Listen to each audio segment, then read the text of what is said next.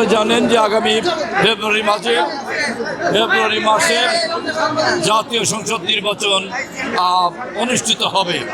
খুব শীঘ্রই নির্বাচন কমিশন তফসিল ঘোষণা করবে। আমরা 3 তারিখের পর থেকেই মির্জাপুরের প্রতিটি ইউনিয়নের ঘরে ঘরে গ্রামে গ্রামে ধানের শীষের নেতা কর্মীরা ধানের শীষের ভোট প্রার্থনা করছে, মিছিল মিটিং করছে।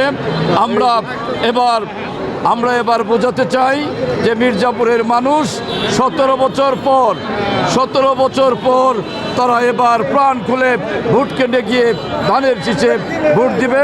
সাউথ টাউনে হোক আপনার স্বপ্নের আবাসন, শতভাগ রেডি প্লট, সাথেই সাফ কাবলা রেজিস্ট্রি।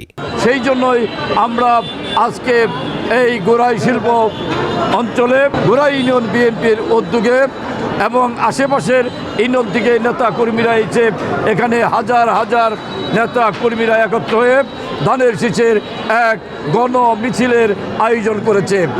আমি গণজোয়ারে ভেসে গিয়েছি। আজকে এই গণজোয়ারে আমি ভেসে গিয়ে আমি ভালোবাসার পেয়ে আমি আবেগে আপ্লুত হয়েছি।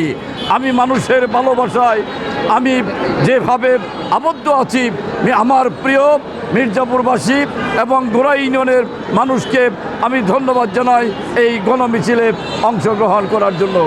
আমি বিশ্বাস করি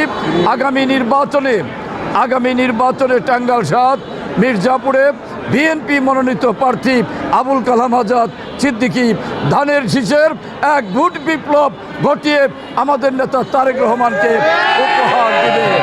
তারেক রহমান যে আস্থা বিশ্বাস নিয়ে আবুল কালাম আজাদ সিদ্দিকীকে মনোনীত করেছে, মির্জাপুরের জনগণ তাদের আশা পূরণ হয়েছে। এবার মির্জাপুরের দলীয় নেতা কর্মী ঐক্যবদ্ধ হয়ে সবাইকে নিয়ে আমরা এবার ধানের শীষকে বিজয়ী করার জন্য মাঠে নেমেছি। আমাদের দলকে আমরা ঐক্যবদ্ধ করেছি।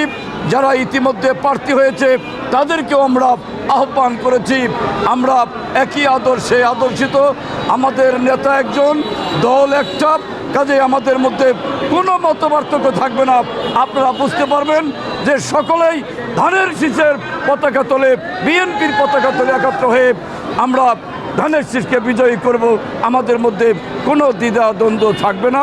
সাময়িক একটু কষ্ট অনেকে হয়তো দেখাচ্ছে, এই সাময়িক কষ্ট এটা রাজনৈতিক কারণেই হয়তো দেখাচ্ছে। আমি বিশ্বাস করি সব কষ্ট দূর হয়ে আমরা সকলেই ঐক্যবদ্ধভাবে ধানের শীষের জন্য কাজকর্ম করব। ধানের শীষের বিজয় মানেই বেগম খালেদা জিয়ার বিজয়, তারেক রহমানের বিজয়, বাংলাদেশের বিজয়, জনগণের বিজয়।